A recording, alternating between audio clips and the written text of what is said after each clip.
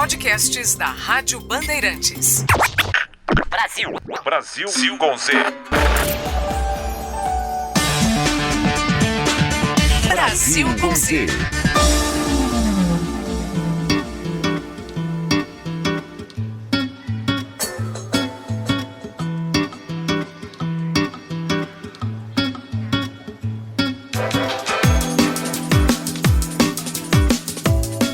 Olá, você está agora no nosso Brasil com Z, comigo, Sônia Blota, e com ele, Cristiano Panvec. Olá, Cris. Oi, Sônia, grande abraço para você, um abraço para o nosso ouvinte ligado nas ondas da Rádio Bandeirantes. Estamos juntos mais uma vez para colocar o Brasil no mundo.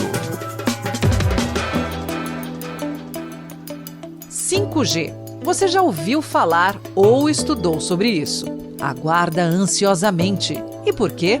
Porque será uma revolução que queremos. Um mundo conectado com agilidade, rapidez, economia de tempo e de dinheiro. A licitação do 5G do Brasil será o maior leilão de radiofrequências da história do país e a maior oferta pública de capacidade para tecnologia móvel de quinta geração no mundo, avaliam os fabricantes de equipamentos e operadoras de telecomunicações. Agora, você vai entender o que isso significa. Igor Lucena, economista, empresário, doutorando em Relações Internacionais na Universidade de Lisboa, conosco aqui no Brasil com Z desta semana. Igor, seja bem-vindo, tudo bem? Tudo bem, é um prazer estar aqui. Tudo bom, Igor? Prazer estar contigo. E essa revolução chega no Brasil? Essa é a primeira pergunta que eu quero saber, porque no mundo a gente já sabe o que está acontecendo, mas a gente não vê a hora de chegar aqui no Brasil. Tudo bom? É isso mesmo, a gente está, na verdade, nós estamos até atrasados sobre a implantação do sistema 5G, né? Porque se a gente pegar em alguns países do mundo, principalmente na Ásia, onde a gente vê que tem um avanço de tecnologia cada vez maior, então eu falo de China, Japão e Coreia do Sul, o 5G já é uma realidade há alguns anos. Então, assim, por questões relacionadas à regulamentação e também porque nós demoramos muito ao 4G ficar popularizado no Brasil, a gente finalmente está chegando nesse momento onde os equipamentos eletrônicos basicamente já estão demandando uma maior capacidade de rede banda, e eu acho que a gente vai realmente ter uma revolução do ponto de vista operacional. Mas, claro, como o Brasil tem características específicas, a gente vai ter que decidir um pouco o que nós queremos fazer do nosso 5G. Ô Igor, e como brasileiro, por que eu devo ficar atento a esse leilão que está aí saindo do forno, hein? Bom, do ponto de vista tecnológico, a capacidade básica das operações de 5G são muito similares, né? E o que a gente está vendo nesse leilão, basicamente, é o tipo de tecnologia que vai ser adotada. A gente tem, por um lado, a tecnologia chinesa da Huawei, que é uma tecnologia, em tese, mais barata e mais simples de operar, mas do ponto de vista mais tecnológica. E a gente tem outras tecnologias, como, por exemplo, da Europeia Ericsson, que é uma tecnologia mais cara, mas tem um sistema de contabilidade muito mais robustos. O que inicia-se do ponto de vista para os brasileiros, eu acho que essa é a grande pergunta, porque muito se aventa sobre se adotarmos uma tecnologia chinesa, se o governo de Pequim não vai ter acesso aos nossos dados, uma questão de espionagem. É importante para a gente deixar aberto e claro para todos os brasileiros que, de fato, toda a tecnologia que existe no Brasil de 4, 5G, elas são estrangeiras. O ponto de vista de espionagem já é algo comum para as grandes nações. Então, China, Estados Unidos e a própria União Europeia já tem sistemas de inteligência que operam no Brasil há muitos anos. Não vai ser uma adoção por um sistema europeu ou por um sistema americano ou chinês que vai aumentar ou diminuir a nossa exposição. O que nós temos que levar em consideração do ponto de vista de 5G são os interesses brasileiros. Qual é a tecnologia que, do ponto de vista de custo-benefício, é mais importante para nós e o que nós queremos usar nesse 5G. O ponto principal do 5G é a capacidade de você ter a comunicação em uma alta velocidade de múltiplos equipamentos ao mesmo tempo. Isso significa que nos dá a possibilidade tanto de a gente ter mísseis atômicos sendo controlados, como a gente poder levar internet para locais longínquos da Amazônia e do interior do Nordeste. Então, qual é o nosso objetivo? Essa é a grande pergunta. A gente quer criar uma capacidade bélica, que provavelmente não é o caso, ou nós queremos dinamizar e fazer a economia brasileira se tornar mais ágil e que a tecnologia chegue em todos os cantos do Brasil? Eu acho que esse é o primeiro ponto que a gente tem que levar em consideração quando formos discutir o leilão do 5G. Pois é, Igor, é justamente isso que você está falando que é muito interessante, né? O Brasil, que é enorme, né, precisa ter uma linguagem única para o 5G e o mundo precisa ter uma linguagem única também. E a gente precisa entender as nossas necessidades. Agora, o que eu te pergunto? Porque sempre tem que ter um plano B quando a gente contrata alguma... melhor dizendo, a opção é por um tipo de tecnologia, né? A gente tem que aprender, normalmente, me corrija se eu estiver errada, a expertise para poder lidar com ela. Neste ponto, qual que você acha que atende melhor às necessidades do Brasil? Olha, do ponto de vista prático e pragmático, a tecnologia da Huawei, que é a tecnologia chinesa, é a melhor do ponto de vista de custo-benefício, por dois motivos. A sua implementação é mais rápida, porque já existem diversos equipamentos da Huawei sendo utilizados pelas operadoras de telecomunicações do Brasil, e há uma previsão de transferência de tecnologia muito mais prática e rápida. Se, por um lado, isso vai facilitar que nós possamos levar internet, tecnologia, sistemas financeiros como o Pix e outras operações para os locais mais longínquos do nosso Brasil, por outro lado, isso interfere em interesses europeus e americanos, porque podem comprometer a instalação de tecnologias, por exemplo, a tecnologia militar de satélites na base de Alcântara, pode ficar comprometida porque os americanos e os europeus têm risco de alguma maneira, dos sistemas deles se entrelaçarem com a rede 5G chinesa e isso se tornar um risco à segurança nacional desses países. Então, é uma questão de definições complexas sobre o que nós devemos adotar e quais são os interesses totais do Brasil. Porém, é importante salientar que governar é tomar decisões, né? É escolher, é analisar custos de oportunidade. E aí é onde o governo brasileiro tem que levar em consideração fatores geopolíticos e fatores também de tecnologia e de necessidade dos brasileiros, né? Se do ponto de vista estratégico militar, um alinhamento à tecnologia europeia e americana é favorável, do ponto de vista econômico e também do ponto de vista estratégico de interiorização das redes digitais, a tecnologia chinesa é favorável. No final, as duas tecnologias, ou as três, oferecem benefícios e malefícios, e o governo brasileiro vai ter que adotar. Muito dificilmente nós teremos um sistema misto. Então vai existir aí uma forte questão política, uma forte questão de disputas. O 5G é também, antes de mais nada, uma disputa geoeconômica por áreas de interesse. Então a gente vai ter que entender como nos posicionarmos dentro de um contexto onde nós temos interesses e somos aliados de basicamente os três grandes blocos hegemônicos, que é a União Europeia, os Estados Unidos e o próprio bloco chinês. Uhum.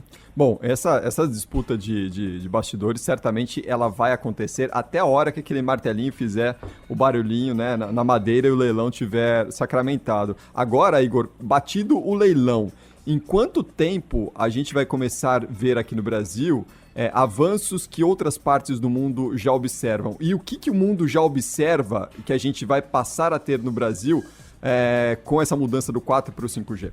É importante dizer que para o Brasil isso também é uma oportunidade, por mais que seja algo complexo.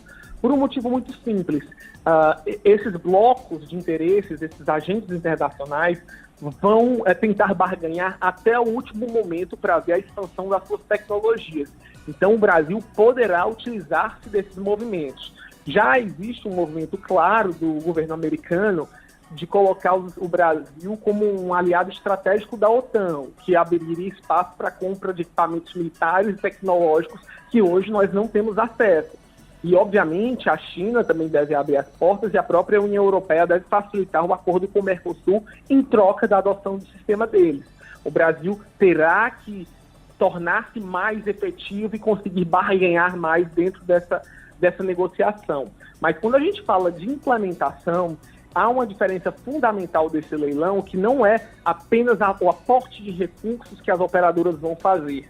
Existe dentro desse arranjo das áreas de conexão um desembolso muito maior das operadoras para a implementação das redes, ou seja, eles vão gastar muito mais com infraestrutura do que efetivamente pagar as outorgas para a União. Isso é muito benéfico para o Brasil, porque se nós demoramos 3, 4 anos para ver a implementação efetiva do 4G no Brasil, muito provavelmente o 5G deve ser implementado em pouco mais de 2 anos, ou até menos.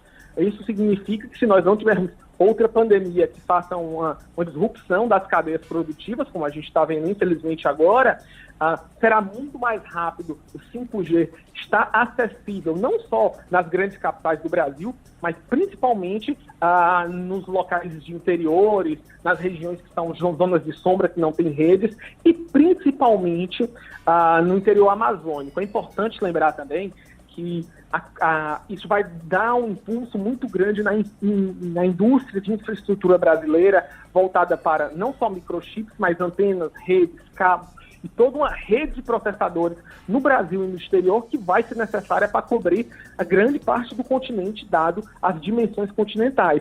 Entretanto, a implementação da tecnologia e a disseminação devem ser muito mais rápidas. Igor Lucena, economista, empresário, doutorando em Relações Internacionais na Universidade de Lisboa, conversou conosco no Brasil com Z desta semana. Igor, seja muito bem-vindo sempre por aqui. Muito obrigado pela entrevista. Até a próxima. Eu agradeço e fico sempre à disposição do Brasil com Z. Até mais. Obrigada, Igor. Até mais. Brasil com Z faz uma rápida pausa. Daqui a pouquinho tem uma homenagem importante aqui no Brasil com Z, hein? Algo que encanta o seu estômago, diria. Até já.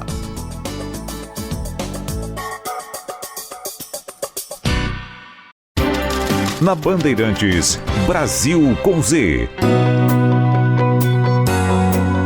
Nós estamos de volta aqui com o Brasil com Z pela Rádio Bandeirantes. A gente trata semanalmente aqui de temas áridos, muitas vezes no Brasil com Z. Vamos dar uma amenizada, afinal, dia 16 de outubro é celebrado o Dia Mundial do Pão. É verdade, o pão, esse pãozinho nosso de cada dia, tem um dia específico para ele, afinal, é histórico, né? Quem não gosta do pão?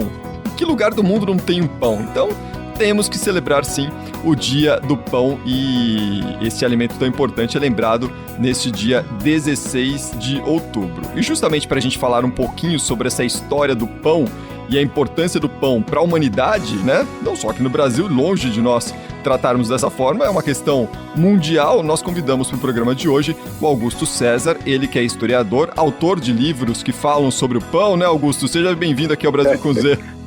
Prazer estar num programa tão conceituado como Brasil com Z e falando de um tema tão especial que é o pão. Né? O pão que tem toda a sua seu efeito sobre a economia, sobre a cultura, sobre a alimentação, sobre várias vertentes da vida. Né? Então, se você olhar, até na gíria, na cultura, tem a ver com o pão. Né? Então, o pão realmente está no nosso dia a dia, até na religião, né? Então no dia a dia o pão faz presença, e o cheirinho gostoso do pão, o sabor do pão é a atração do dia a dia da gente, né? Com certeza. Aliás, o Augusto, além de autor, é editor da revista Panificação Brasileira e também fundador e curador do Museu da Panificação Brasileira. Ou seja, trouxemos a pessoa certa aqui para falar sobre pão para nós neste dia tão especial. Augusto, se a gente for parar para pensar, eu ia te perguntar quem inventou o pão. Mas o pão, a gente teria que voltar alguns milênios, né? Para descobrir isso. De onde saiu o pão, Augusto? Esse trem tão bom, hein? Pois é, Cristiano. Essa é uma pergunta bastante importante, porque eu sou um apaixonado pela história, né? E a história, cada vez ela vai descobrindo outros elementos na arqueologia, que vai dando novas linhas. Mas o pão surgiu, no dado mais assim, concreto entre os historiadores e arqueólogos, há 12 mil anos atrás, na Mesopotâmia. Então, e ali foi quando também começou a desenvolver o cultivo do trigo. A gente lembra, né, que as pessoas eram nômades, então havia sempre aquela mudança de um lugar para o outro e, claro, cultivo requer plantar e esperar que saia o fruto, né? Então, isso também houve mudanças estruturais a nível de como as pessoas foram se postando nos locais para usufruírem da cultura. Mas há números de 12 mil anos atrás e estudos mais recentes, Cristiano, falam de 14 mil anos com descobertas recentes, tá? Então, bastante história de pão aí na humanidade, né? Agora, Augusto, se a gente voltar a 12, 14 mil anos atrás e experimentar o pão que eles faziam por lá, ele teria o mesmo sabor que a gente conhece do pão hoje? Não, é bem diferente, porque os pães da antiguidade, na verdade, a gente poderia comparar com uma bolacha, né? Uma bolacha dos tempos atuais, né? Então, uma bolacha mais básica que você possa pensar, porque começou, segundo as narrativas, né?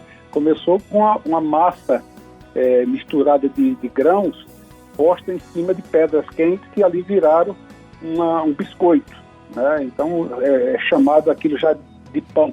Além do que, a fermentação só aconteceu posteriormente, né? Então, lá com os egípcios começou a ter um processo fermentativo que foi a grande mudança no pão, porque o pão começou a ter volume, a ter um crescimento e mais maciez, né? Então, é uma mudança bastante significativa. Agora, um fato também, Cristiano, é que as culturas, né, quando a gente está falando de mundo, sempre a gente liga pão a trigo, mas em outras culturas, o centeio, por exemplo, a aveia, vários outros tipos de grãos eram parte da produção de pães conforme o país tinha disponibilidade daquele produto. Não é como hoje que a gente importa, né? Vem trigo da Argentina, vem trigo dos Estados Unidos, do Canadá, da Turquia, nada disso, né? Naquela época era o que tinha mais próximo possível que se fazia o pão. Então mudou bastante, né? Na época de Jesus Cristo, então, já havia fermentação, na época da multiplicação dos pães. Exatamente, então, perfeitamente. E até interessante que você falou, porque a própria Bíblia fala, né, a questão do fermento, e o fermento no meio religioso era tido como algo impuro, né, aquela coisa da podridão. Então, fermentar era algo que eles não conheciam e teve muita associação com a impureza, né, com algo que apodrecia. Então, a própria Bíblia, às vezes, dá a entender interpretações nesse aspecto do fermento ser algo impuro. Tanto é que aí vinha o pão asmo, que era aquele pão sem fermentação, quando o povo sai do Egito, lá da escravidão, e eles consumiam pão asmo, até porque durava mais tempo, se conservava mais tempo da viagem, né? Aí muita história, viu, Cristiano? Ô Augusto, e aí, ao longo da história, qual sociedade que expandiu esse consumo do pão e expandiu a cultura do pão pelo mundo? Muito apropriadamente os egípcios, né? Os egípcios ali, com a riqueza do rio Nilo, a capacidade de produzir o trigo, de cultivar o trigo, então isso ajudou enormemente os egípcios, que era uma cultura avançadíssima naquela época, né?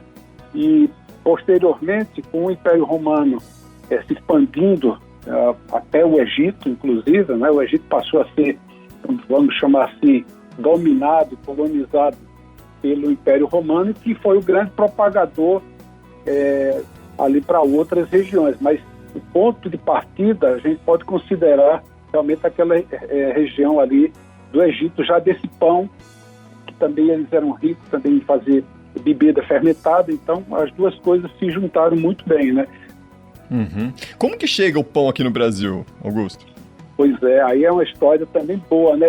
No livro que eu escrevi, A História da Panificação Brasileira, que eu sempre destaco que é o único livro, são livros de 320 páginas, né? Livro lindo, eu sou apaixonado por esse livro, porque ele narra, né, a história da panificação de uma maneira muito bem estruturada. E uma das coisas, Cristiano, que eu sempre brinco quando vou dar palestra, é assim, você sabe qual foi a primeira vez que se falou sobre pão no Brasil? Aí o pessoal dá aquela parada, aquele silêncio, né? E o pessoal diz, não sei, foi tal, dá um chuta ali, outro chuta aqui, mas foi na Carta de Pero Vaz de Caminha. A Carta de Pero Vaz de Caminha é quando ele narra, né, a riqueza, aquilo que tinha visto na descoberta do Brasil. Ele fala, a primeira vez escrito, pão. Onde foi dado pão aos índios para que eles provassem, vissem a reação, porque os navegantes queriam descobrir o que aqueles nativos sabiam. Então foi mostrando galinha, foi isso, aquilo, pá.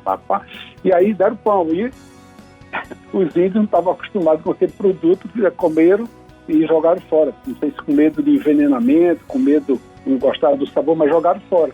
Então é a primeira vez que acontece o pão. Nesse decorrer aí, porque esse pão veio de Portugal, né? Ou foi produzido dentro das naus, né?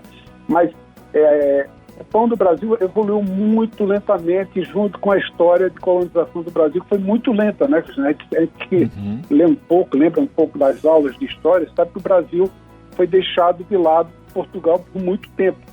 Só veio a ter um desenvolvimento maior quando da chegada do rei de Portugal fugido lá da Europa, né? Aí foi quando foi aberto a possibilidade de ter fábricas no Brasil, que já estava proibido, a possibilidade também de ter moinhos de trigo. Aí começa a ter uma evolução, inclusive, junto à corte do rei de Portugal, veio também cozinheiros, confeiteiros e padeiros que aí já começaram a desenvolver, principalmente na cidade do Rio de Janeiro, tá? E é por isso que esse setor da panificação, ele é tão associado aos portugueses aqui no Brasil? É muito interessante isso, né? Porque a família real chegou ao Brasil em 1808, né? Com Dom João e família real, todo aquele aparato lá.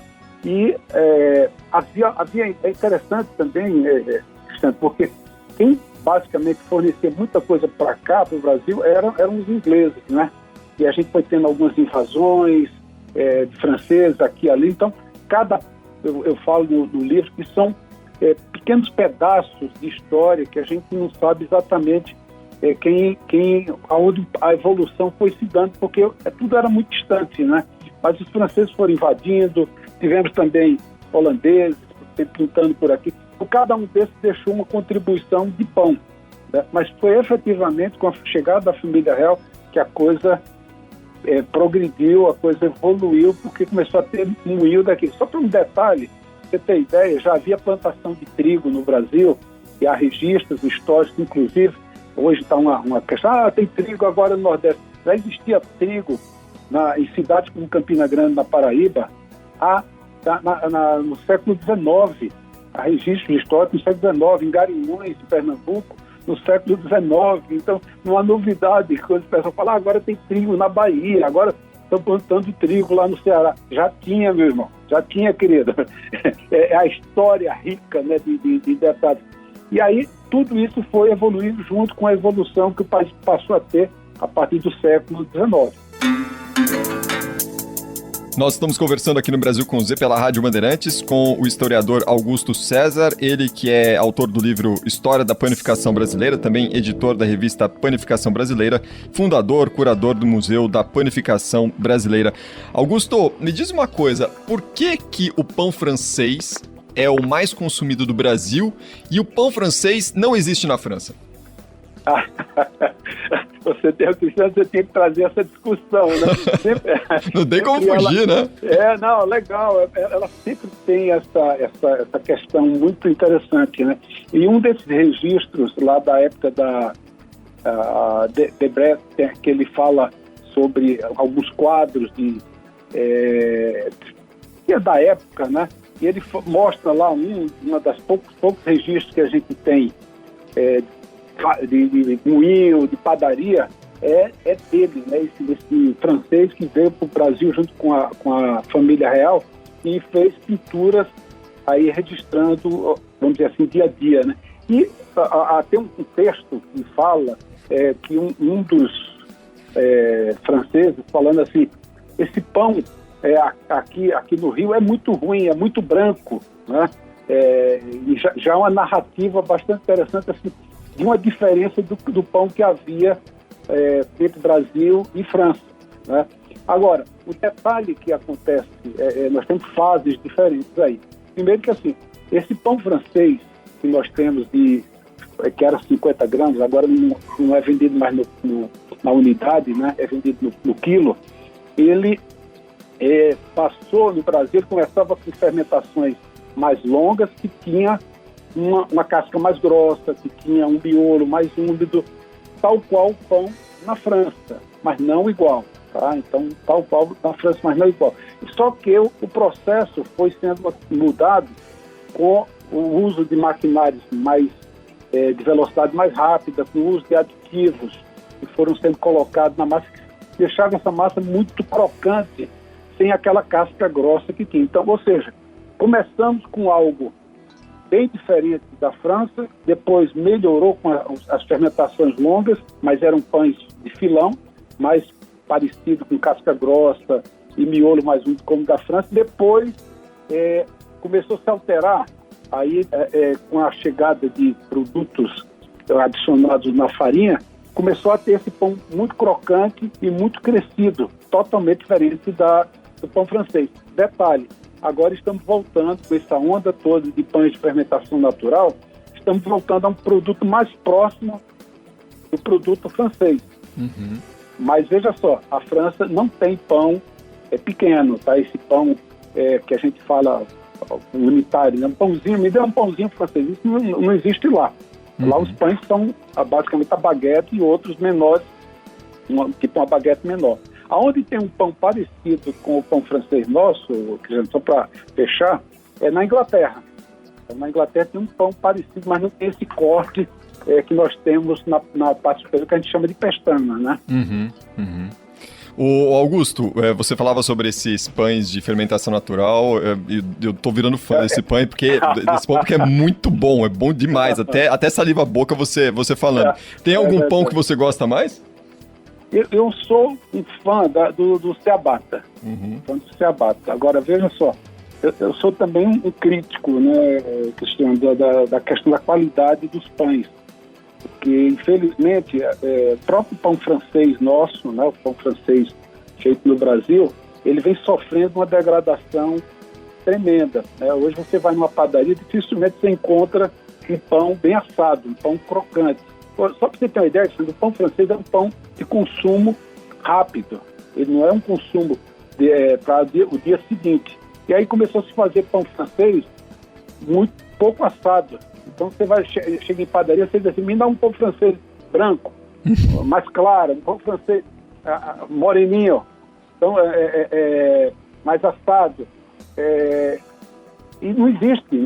Tecnicamente você tem que ter um pão francês crocante, dourado, uma casca brilhante, bonita, né? Então ele é um pão de consumo rápido, aquele pão que você come, corta, vai mastigando e ele dá aquela crocância legal. Na questão do ciabatta, muitas vezes você pega pão de ciabatta que não está úmido. O ciabatta é um pão de umidade muito alta, então ele tem um sabor muito especial e a fermentação natural ela permite a formação de ácidos orgânicos que dão aroma, sabor. Então isso é totalmente diferenciado, né? Então eu acho muito especial o ciabatta. Uhum. Aliás, Augusto, falando de padarias, né, o legal desse nosso papo é que a gente vai ouvindo, vai imaginando os pães e hoje, felizmente, a gente tem muitas opções de padarias que oferecem todas essas opções pra gente, uma variedade grande de pães. Como é que a gente chega a esse modelo de padarias que a gente tem hoje? Como é que você observa esse mercado atualmente? É legal, essa tua pergunta aí é 10, porque a revista Panificação Brasileira, fazer agora o meu merchan, ela outorga um prêmio que é o prêmio das melhores padarias do Brasil. Porque, Cristiano, você deve rodar muito no Brasil, você deve viajar muito, e é impressionante, né? Como tem padaria boa em todas as regiões do país, como também tem muita padaria ruim em todo o país. Mas, assim, houve uma evolução muito grande. Então, por exemplo, nós premiamos a padaria de rua, padaria em supermercado, padaria em hortifruti, padaria que a gente chama de road bakery, que é a padaria de estrada. Você tem padarias orgânicas, padarias veganas, você tem uma enormidade de modelos de padaria. Então você tem assim, olha, cada padaria maravilhosa com seu estilo, né? Com seu estilo diferente. E hoje esse lance também da experiência, a padaria tem conseguido fazer esse tipo de recurso. Algumas padarias são estilizadas, né? São instagráveis, como se fala, né? Então você tem um ambiente sensacional e muitas padarias estão conseguindo fazer esse tipo de coisa. Agora, tem um livro que eu escrevi, se você me permite, o livro ele é Padaria, Centro de Bons Negócios, porque a padaria hoje ela não é só pão. Então a padaria tem confeitaria, tem conveniência, tem adega, a padaria tem pizzaria, cafeteria, então ela virou um centro de negócios. Nosso estilo de padaria, ela de certa forma, ela diferenciou muito e chegou em determinados momentos a ser referência para outros países, né? Claro que tem questões de legislação, por exemplo, na França, para ser chamado de padaria tem que ter produção no local, não pode ser algo que recebe pão congelado e revende, né? Aqui no Brasil isso é permitido. A França é interessante que ela zela muito pelo pequeno empresário e a padaria é um dos principais assim, patrimônios, vamos chamar, da França, né? Augusto César, historiador, autor do livro História da Panificação Brasileira, a fantástica história do pão e da evolução das padarias do Brasil, também editor da revista Panificação Brasileira e fundador e curador do Museu da Panificação Brasileira. Augusto, eu ficaria contigo aqui horas e horas a fio nesse papo delicioso. Queria te agradecer demais. E vamos voltar aqui, qualquer dia a gente se reúne aí para tomar um cafezinho e comer um pão fresquinho, tá bom? Augusto, obrigado. Feliz dia do pão para vocês por aí. Feliz dia mundial do pão. Celebre bastante com pãozinho aí nesse fim de semana. Muito obrigado. Vocês também aproveitem para visitar as padarias com todo cuidado, com toda proteção. Cristiano, prazer falar contigo, viu? Prazer é nosso, Augusto. Um abração. Um abraço, até mais. Brasil com Z. E nós seguimos nesta conversa boa, deliciosa, cheirosa sobre pão, chamando aqui para nossa rodinha do Brasil com Z, o senhor Antero José Pereira, ele que é presidente do Sampapão, sindicato que representa toda essa cadeia da panificação aqui em São Paulo. Senhor Antero, como vai o senhor? Tudo bom? Tudo bem, graças a Deus, Cristiano. Senhor Antero, deixa eu fazer uma pergunta para o senhor. É lógico que brasileiro é fanático por pão, brasileiro gosta de padaria, claro, né? Isso em qualquer lugar do país. Mas em algum canto do país, tem alguém que gosta mais de pão e padaria do que o paulista e o paulistano? Não existe. Não existe. Realmente no Brasil pode haver lugares que gostem tanto, mas mais que paulistano não existe. Eu diria até que o brasileiro paulistano é aquele que mais gosta de padaria. Eu costumo sempre falar que o padaria é a sala de estar do paulistano. É lá que pela manhã se fala da novela, do jogo de futebol do dia anterior, da noite anterior, tá? E é onde é que se faz todo o ciclo de alimentação do paulistano, onde se começa com um requintado café da manhã, se compra o seu pãozinho para o café em casa, os seus frios, se vai na hora do almoço tomar uma refeição caseira e muito mais barata que em restaurante, à tarde vai fazer o seu happy hour, à noite vai comer a sua sopa, a sua pizza. Quer dizer, realmente é um lugar onde é que o paulistano se sente à vontade. Nada como um cafezinho para apaziguar os ânimos, né? É verdade. Seu Antero, deixa eu fazer uma pergunta para o senhor. Justamente por toda essa movimentação que a gente tem aqui em São Paulo em relação a padarias, essa relação muito próxima, né, entre a sociedade e os estabelecimentos, o Sampapão consegue ter uma ideia de quantas padarias existem aqui? Nós temos, eu vou te dar o estado todo, que assim já ficam logo os ouvintes também ficam sabendo. Na cidade de São Paulo nós temos 5.000 padarias, São Paulo e Grande São Paulo 6.000, e no estado de São Paulo 12.800 padarias. Agora, seu Antero, é claro que as padarias elas vêm se desenvolvendo e evoluindo ao longo do tempo, né? Os estabelecimentos têm absorvido uma série de culturas e tradições aí que vêm sendo importadas muitas vezes. Como é que tem se dado essa modernização desse mercado aqui no Brasil? E como tem sido essa preferência do cliente ao longo dos anos em relação ao que se consome dentro das padarias? Olha, essa modernização das padarias, por incrível que pareça, começou com algo não muito bom para as padarias, né? Porque há uns anos atrás, 30 anos atrás, com a vinda dessas grandes superfícies que começaram a vender pão dentro das suas lojas, às vezes até a preços bastante aviltantes para chamarem o cliente para dentro dessas lojas, a padaria perdeu um pouquinho do seu principal produto para outros negócios, né? E teve necessidade de se reinventar. Ou seja, nós somos um setor muito eclético, perdemos uma fatia do nosso mercado, que era a venda do nosso produto, o pão, e fomos atrás de novos nichos. Ou seja, fizemos um requintado café da manhã dentro da padaria, que nós café e pão com manteiga e tal, a gente sempre vendeu na padaria, mas encostado no balcão. Não, nós fizemos esses buffets do café da manhã, colocamos a comida também, a refeição dentro da padaria, procuramos também nos modernizar em termos de equipamentos, em termos de layout das nossas lojas. Fomos no mercado também procurar o que havia de mais moderno em torno de pães e trouxemos estes pães de casca dura, ou seja, estes pães de massa amada, que estão sendo muito bem aceitos. Então a necessidade nos obrigou, na realidade, a nos modernizarmos. E no mix ali do negócio, senhor Antero, como é que está essa distribuição em relação à preferência do cliente quando ele vai na padaria? Quem procura hoje os estabelecimentos busca qual tipo de produto ou qual produto hoje ainda é a base dos estabelecimentos para a sustentação financeira? O nosso carro-chefe ainda é o pão francês. Hoje, aproximadamente 60% do produto vendido dentro da padaria continua sendo o pão francês, né? Na hora do café da manhã ainda temos o carro-chefe, aquele pão na chapa e o café com leite, né? A média, né? Nós temos o sonho, nós temos o pão de queijo, que hoje representa também já em torno de 3 a 4% do faturamento dentro de uma padaria.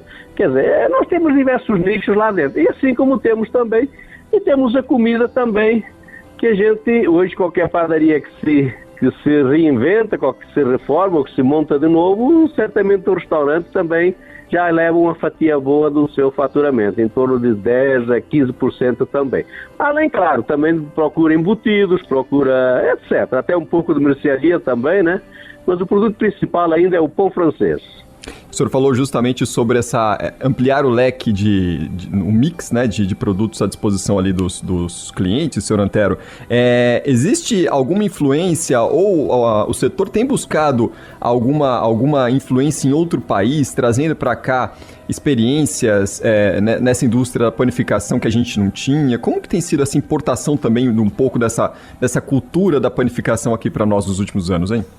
É verdade. Eu diria que nos últimos 30 anos aproximadamente, as entidades, e quando eu digo as entidades de panificação, não só de São Paulo, mas do resto do Brasil, mas principalmente as de São Paulo, nós temos ido viajar praticamente pelo mundo todo para a procura de conhecimentos e de novas técnicas de fabricação do pão francês. E claro, isso se adquire onde? Nas feiras. Nós montamos uma feira em São Paulo chamada FIPAM, que hoje é quinta-feira a nível mundial, onde é que todo panificador ele encontra essa tendência que é feita a nível mundial. Então nós temos viajado bastante, sim, principalmente em feiras na Alemanha, na Itália, nos próprios Estados Unidos, Argentina, Chile, né, Espanha. Quer dizer, nós temos ido atrás daquilo que também está se fazendo na Europa, na França também, que é um país que faz um pão muito boa qualidade. Nós temos ido atrás nesses países e trazendo novas técnicas, adequando-as aqui ao nosso clima, que é o nosso clima tropical, né? Então o nosso consumo de pão ainda é pequeno perante esses países. Para você ter uma ideia, nós consumimos em torno de 35 quilos per capita de pão aqui no Brasil, enquanto a Organização Mundial da Saúde aconselha 60 quilos per capita ano, né? Então nós já temos muito que crescer.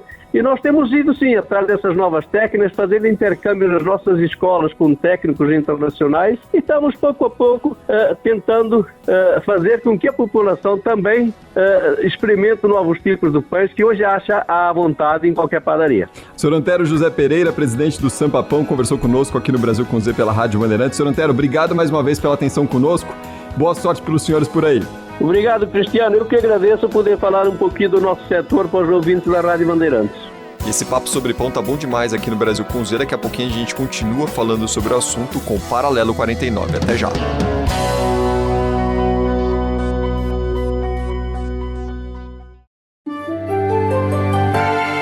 Brasil com Z. Na Rádio Bandeirantes. Paralelo 49. A linha imaginária do mapa mundi que passa por Paris, centro da Europa, conectada direto com o Brasil. Com Z.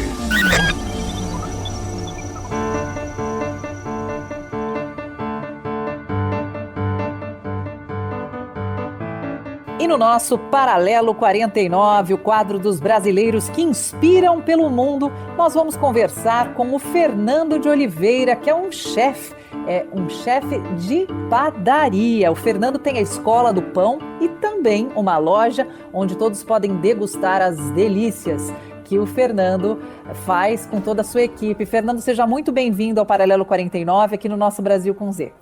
Olá, Sônia, tudo bem? Muito obrigado, prazer falar com vocês. Fernando, Escola do Pão, que delícia é essa? Isso, eu tenho uma escola que eu ensino o pão, ensino parte de confeitaria também, já há 3 anos, localizada aqui em Vinhedo, interior de São Paulo. É um sonho aí que eu consegui realizar, de poder passar todo o meu conhecimento, aí 25 anos já na estrada fazendo pão, e passar esse conhecimento para os nossos alunos. Olha, que bacana! Todo padeiro diz que o pão tem um ingrediente secreto, que é você amar fazer o pão. É verdade isso?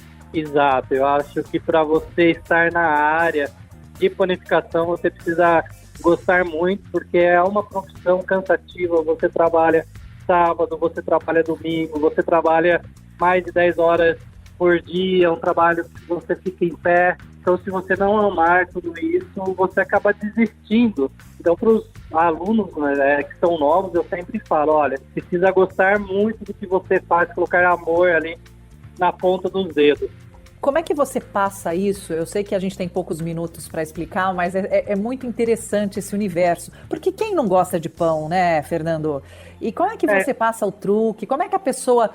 como é que você nota que um aluno, você fala assim, não, esse aí é dos meus, esse vai para frente, esse ama fazer. Porque tem aquela pessoa como eu, que faz pão de liquidificador, mas eu amo pão. Só que eu não sou uma padeira, né? Na pandemia cresceu muito, né? Tem até um termo que o pessoal usa, o pão-demia, que o pessoal começou a fazer muito pão em casa, aumentou bastante, né? E então eu sempre falo que você tem que fazer com amor, como a gente comentou, e eu procuro passar minha história de vida. Eu comecei com 13 anos dentro de uma padaria, e então eu falo que o pão pode levar você aonde você jamais imaginou, desde que você faça com amor. E onde que o pão te levou, Fernando? Olha, levou para mim conhecer vários países. Eu fui chamado para dar palestra na Itália, no Peru, na Alemanha, fiz cursos na França e também participei de várias competições mundiais representando o Brasil. Eu fui treinador da equipe brasileira em 2016 na França. A gente chegou na final, a gente ganhou na Argentina a Copa Sul-Americana e fomos disputar o Mundial. Em 2017 eu fui finalista da Copa do Mundo de confeitaria. E em 2018 eu fui campeão brasileiro de panificação aqui no Brasil e voltei novamente como candidato para representar o Brasil numa outra competição mundial. Então eu falo assim, para quem tinha um sonho quando era pequeno de andar avião uma vez, eu viajei o mundo e muito graças ao pão. Graças ao pão. Tem o pão de cada dia, o pão de cada país, o pão de cada canto, né? Tem o pão de cada tudo. Eu falo que o pão une as pessoas. E o que essas competições me trouxe, além das viagens, foi ver como que cada candidato de cada país, como eles amam o pão, como eles fazem aquilo com prazer. Principalmente os europeus, a França, assim, é bonito de ver eles trabalhando. Até por isso que a minha padaria aqui em Vinhedo, eu trabalho com a panificação europeia, porque foi uma coisa que eu me apaixonei, o processo de uma fermentação mais lenta, de você ver o pão, uma fermentação natural, sabe, uma fermentação espontânea, você vê aquele pão 24 horas crescendo, depois você vê o resultado, é incrível, não tem preço.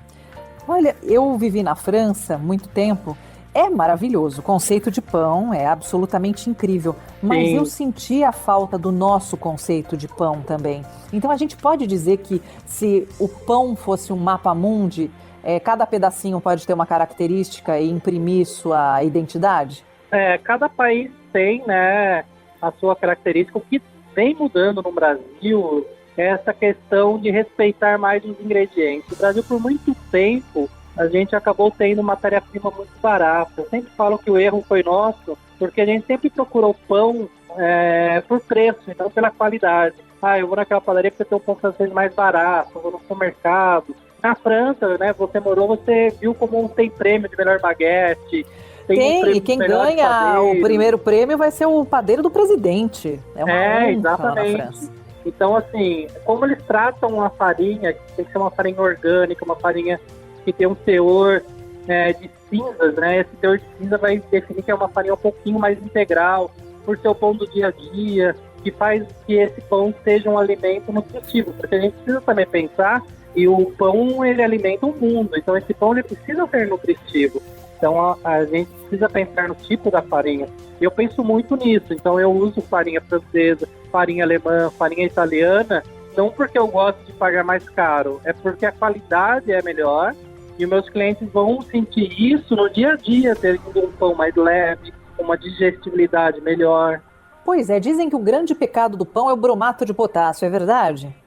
Porque é o chamado melhorador e os conservantes, né? Então a indústria coloca muito produto, o pão tem uma conservação de 15 dias, pelo menos, e basicamente para você fazer um pão você precisa de farinha, água e sal. E depois você vai colocar o seu recheio, o seu sabor. Então, e a fermentação também curta acaba atrapalhando muito a digestão. Eu sempre falo, por que a gente tem costume no Brasil de colocar ou frios ou bastante margarina ou manteiga no pão francês? Porque o pão francês não é bom. Porque se o pão francês fosse saboroso... O pão francês puro. Que não é francês, né? O pão francês é brasileiro, que vem da lenda do pão do francês. E acabou ficando pão francês. Essa é uma que eu aprendi.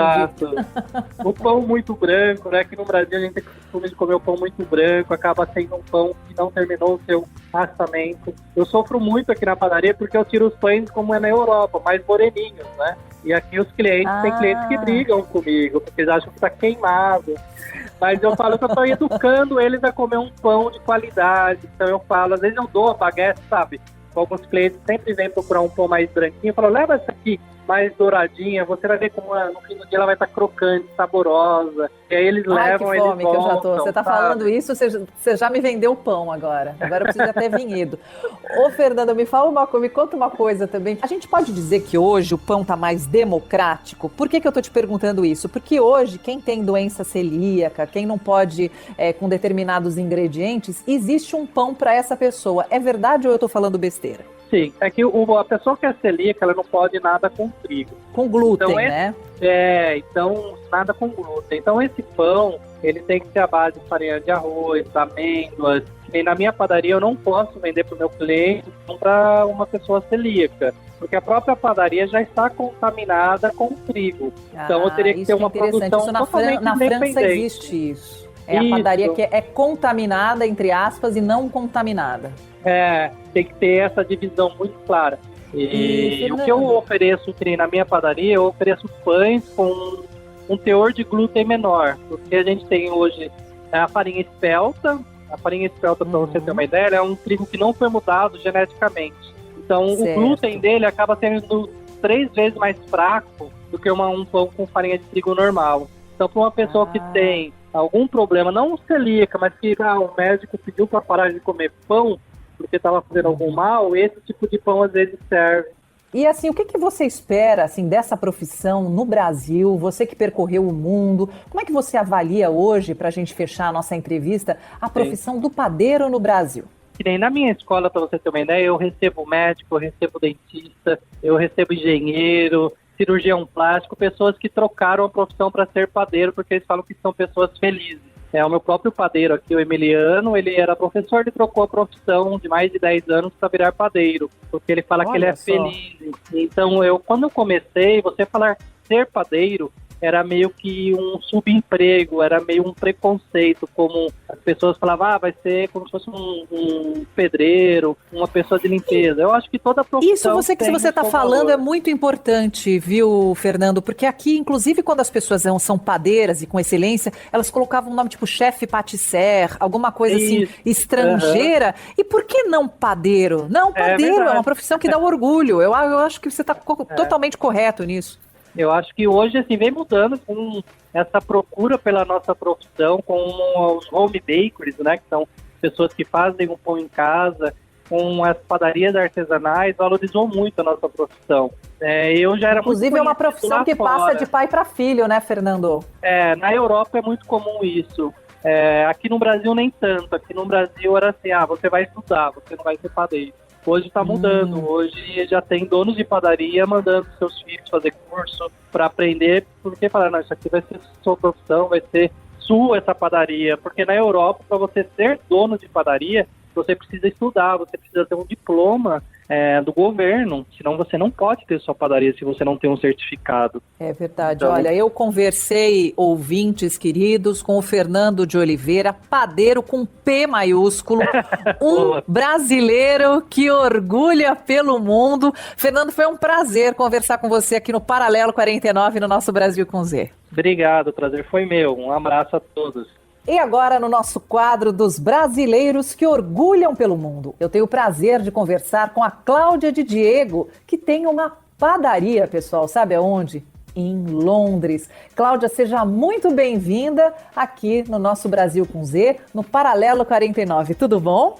Oi, Sônia, prazer estar aqui com vocês. Muito obrigado pelo convite, estou amando.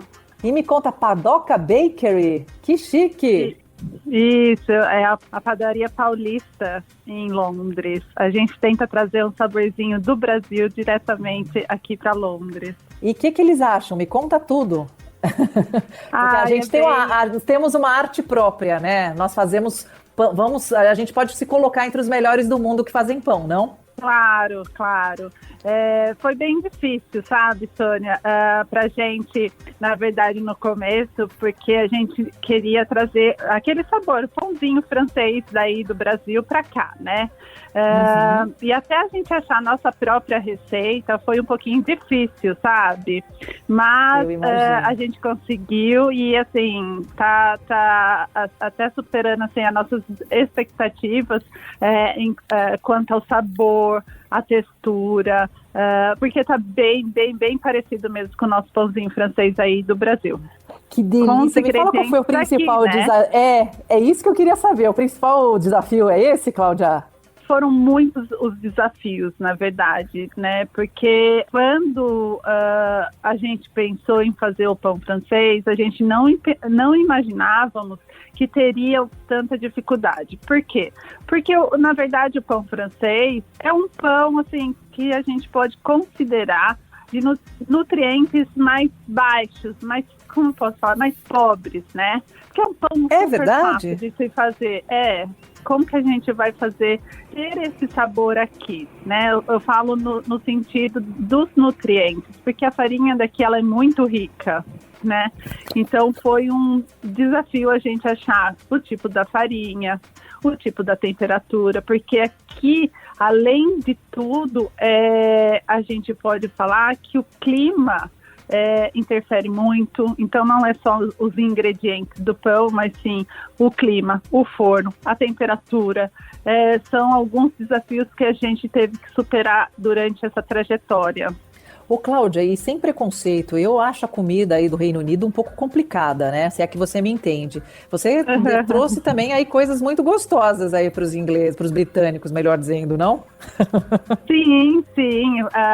Nosso intuito era que os locais, né, entrassem dentro da nossa padaria e fossem descobrindo devagar cada sabor. Então, primeiro eles testaram o nosso pão de queijo, aí depois foi pro pão francês, a nossa cuca de banana. Então, a gente foi introduzindo o nosso paladar dentro da cultura deles, né? E eles hoje, não acham assim, o pão de queijo algo fenomenal? Eles adoram. Eu queijo, acho, assim, a tá criação virando a febre. Eu imagino. Aí agora o desafio é a gente fazer, na verdade, o pão de queijo recheado, é introduzir para eles o pão de queijo recheado, recheado com goiabada, recheado com doce de leite, introduzir no paladar deles, porque eles não têm um paladar, na verdade, tão doce como nós temos no Brasil, né? E a gente tenta fazer... Tem uma influência indiana muito grande aí, né? Muito, demais. E assim, a gente está localizado também num bairro muito legal, que a diversidade de cultura é muito grande. Então, quando eles... É um bairro judeu, mas tem muitos indianos, tem americanos, tem bastante. Então, é bem diversificado.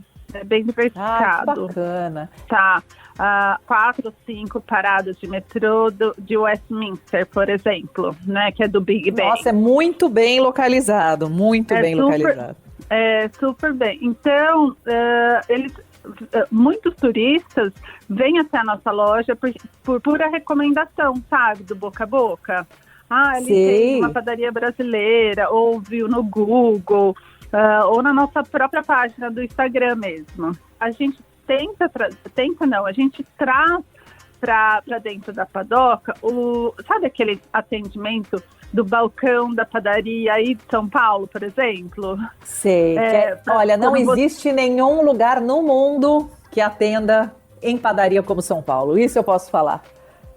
Sabe, é uma maravilha. O gostinho de você sentar no balcão, a gente tem um balcão ali, e a minha irmã até fala, Carolina... Pedir um pingado, né, com pão com manteiga. Pede um pingado e um pão na chapa, eles adoram. É isso aí. E a gente teve que fazer a gente teve que fazer nosso pão francês, na verdade, no formato baguete, por exemplo, porque os locais preferem no formato baguete do que o nosso. Eles acham estranho? Do Brasil. Acham. Aí, então, a gente tem os dois tipos na loja devido aos locais e o público brasileiro. O público brasileiro vai querer o pão na chapa com o nosso pãozinho francês, no estilo pão francês mesmo do Brasil, sabe? Cláudia, você é de onde no Brasil? Eu sou de Arara, São Paulo, no interior de São Paulo. Ai, que delícia. Eu conheço. Eu conheço Araras. Araras é uma delícia, conheço. E a gente sabe que lá tem uma tradição de padaria muito rigorosa. Quer dizer, o pão tem que ser, no mínimo, maravilhoso.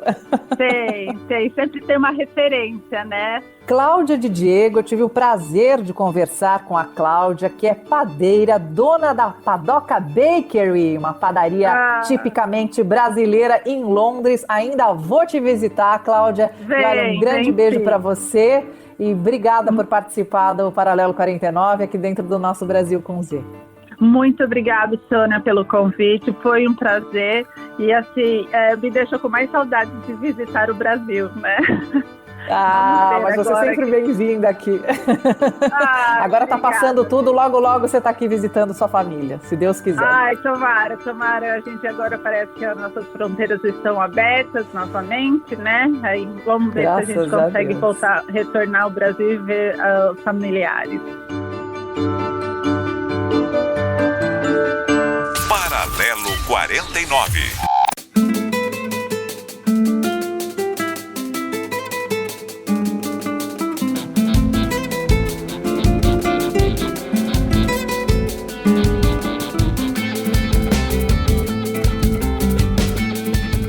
Com esta homenagem ao pão, ao Dia Mundial do Pão, nós encerramos o Brasil com Z desta semana, que teve a produção da Giovana Guedes, também da Ana Luísa Bessa, os trabalhos técnicos do Roberto Dias, do Roberto Rebeck, do Rafael Palmeira, toda a equipe do João Biceve, a sonorização do KM Martins. Sônia, mais uma vez foi um grande prazer, boa semana, até lá! Tchau, Cris, até a semana que vem. Tchau, ouvintes!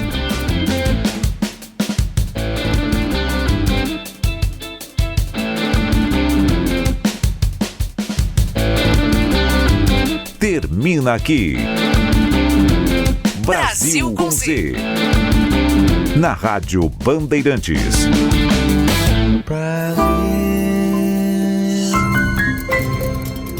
Podcasts da Rádio Bandeirantes.